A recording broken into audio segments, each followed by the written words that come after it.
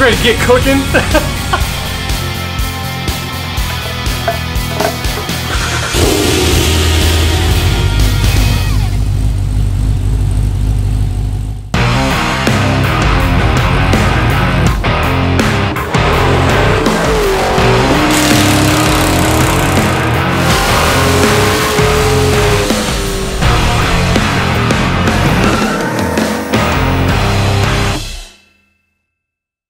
Alright, so it's day 3, Wednesday morning, bright and early.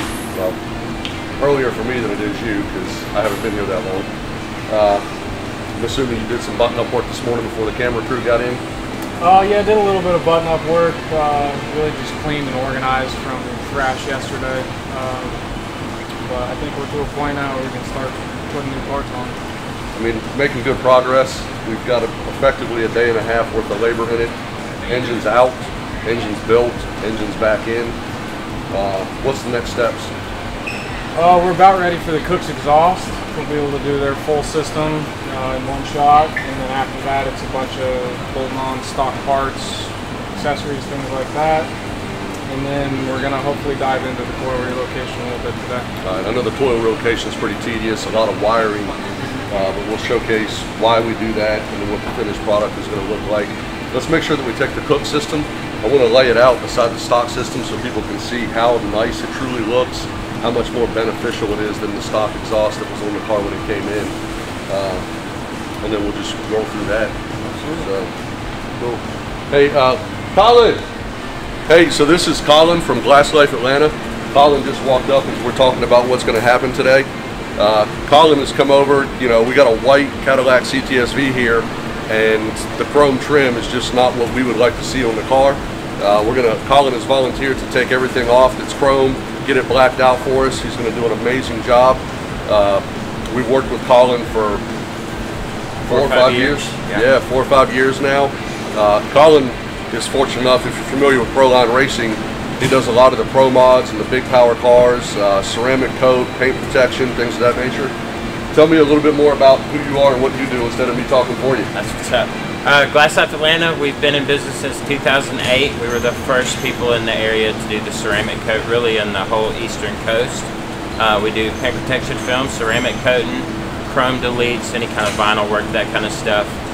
Pretty much the only shop on the eastern coast that strictly do it. We're not a detail shop. We specialize in this kind of stuff, and that's what we do. Hey, I can't thank you enough for taking care of this. Our pleasure. I'm going to leave you alone. Pop these emblems off, pop the grills off if you need a hand. Grab somebody better than me, and do your thing. Thanks, brother. All right, so Sean's going to get to work under the hood. Colin's going to get to work on the rear of the car, grab the front fascia, get some parts off of it, and we'll get this day rolling.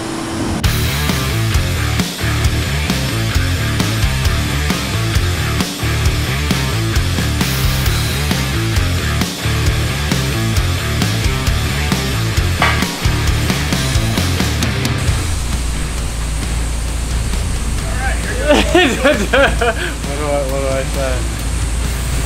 Ready to get cooking? You smell what's cooking?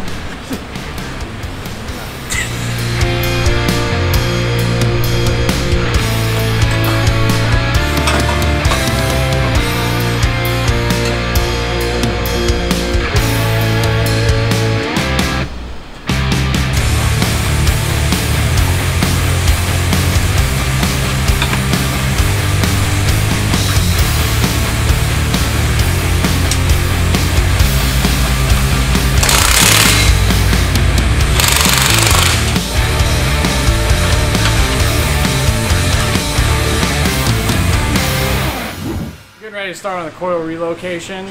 This right here is a stock valve cover with the coils mounted to it. Not so great to look at, but they have remedied that with a nice plastic cover. We're going to get rid of all of this.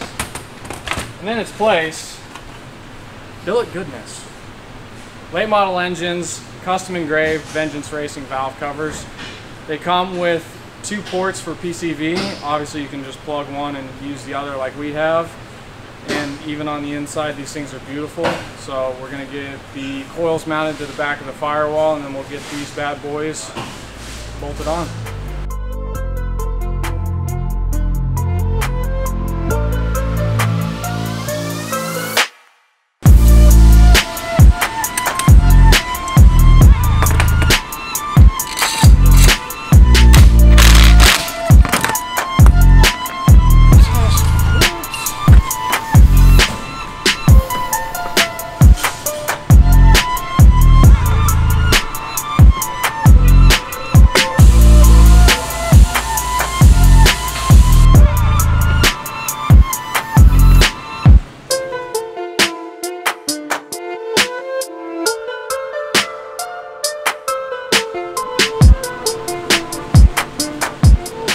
So it's Wednesday, end of the day, 5 o'clock.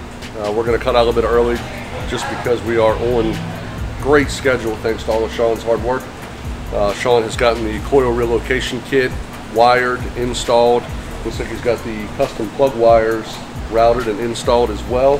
And he's doing some button up under the hood now. So let's take a peek.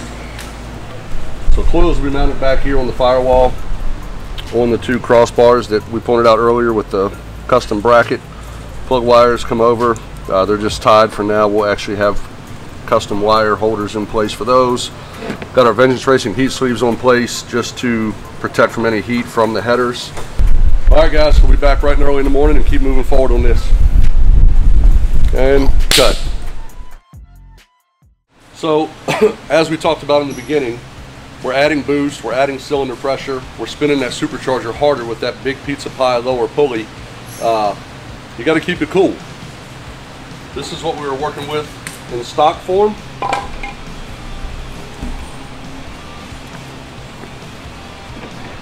The two smaller ones, there's definitely an upgrade, but if you compare the main heat exchanger core to the OE unit, this is a massive upgrade. We're going to keep those inlet temps in line. This is going to make for a car that's extremely versatile. You can drive it for hours and still have good coolant temps in the supercharger versus this little thing right here will just heat up the temps and then pull out power whenever you want to utilize it. So Sean's going to get these Weapon X heat exchangers installed. Any tricks to those, Sean, or is that pretty much a straight bolt in? No, it's a straight bolt in deal. Cool. They actually fit back in the factory cases and everything that come on the Cadillac, so not real bolt-on part. Real bolt-on, yeah. There's very few actual bolt-on parts that you bolt on and don't have issues with, but the Weapon X heat exchanger cores are certainly one of them that do. So I guess while we're talking about cooling off the supercharger, we can talk about the supercharger a little bit more as well. We've got the factory LT4 unit that we removed and the LT4 unit that was CNC ported by Kong Performance that'll be going back on the car. Again, this is a stock LT4 supercharger, but if you can neck down inside of this one and then compare to this one, you can see the quality of work, the quality CNC program that's going through it, but you can also see a massive amount of material that's been removed. You'll notice the O-ring for the throttle body is actually missing on the Kong unit because this has been opened up to 103 millimeters to work with this Nick Williams throttle body. So we got a much, where's the stock throttle body at, Sean? Is it around?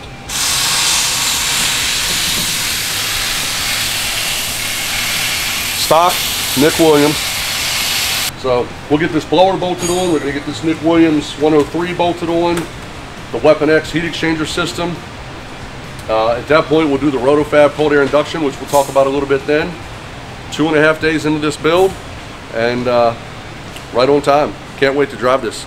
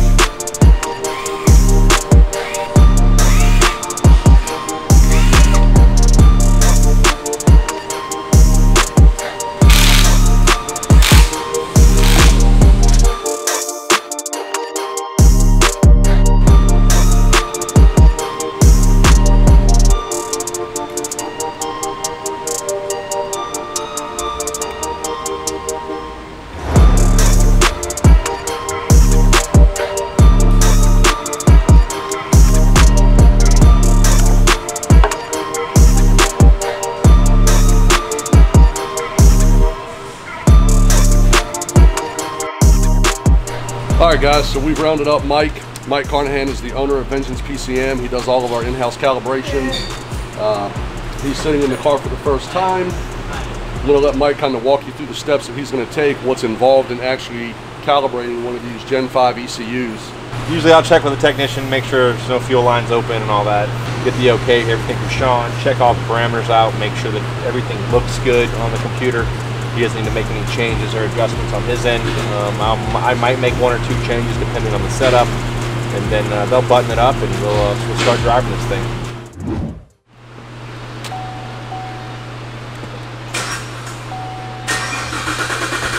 we'll run a little bit, get the oil going, cycle everything. As soon as Sean gives me a thumbs up, which he has kind of given me a nod, so.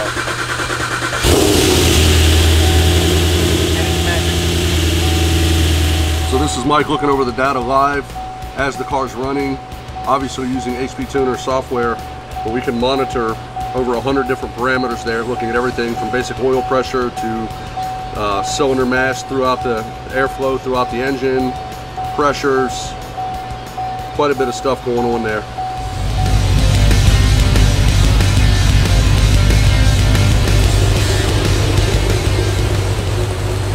So the next steps, obviously the car runs, everything's good, we've got no leaks, everything mechanically checks out. The base calibration is good, so Sean will spend a couple hours putting the front bumper back on it, assembling all the trim panels, things of that nature, wheels and tires, put the hood back on it, then we're going to get it off the lift and go out and actually start doing some park throttle drivability, modifying the calibration for the street. Once we wrap that up, we'll hit the dyno. It's only Thursday afternoon, so we should be done with this car tomorrow, close of business, making, you know, hopefully 716, so I win my $2, and more importantly, making horsepower for whoever wins this car. Give them a 700 graph and a badass CTS-V. So that'll be it till the morning.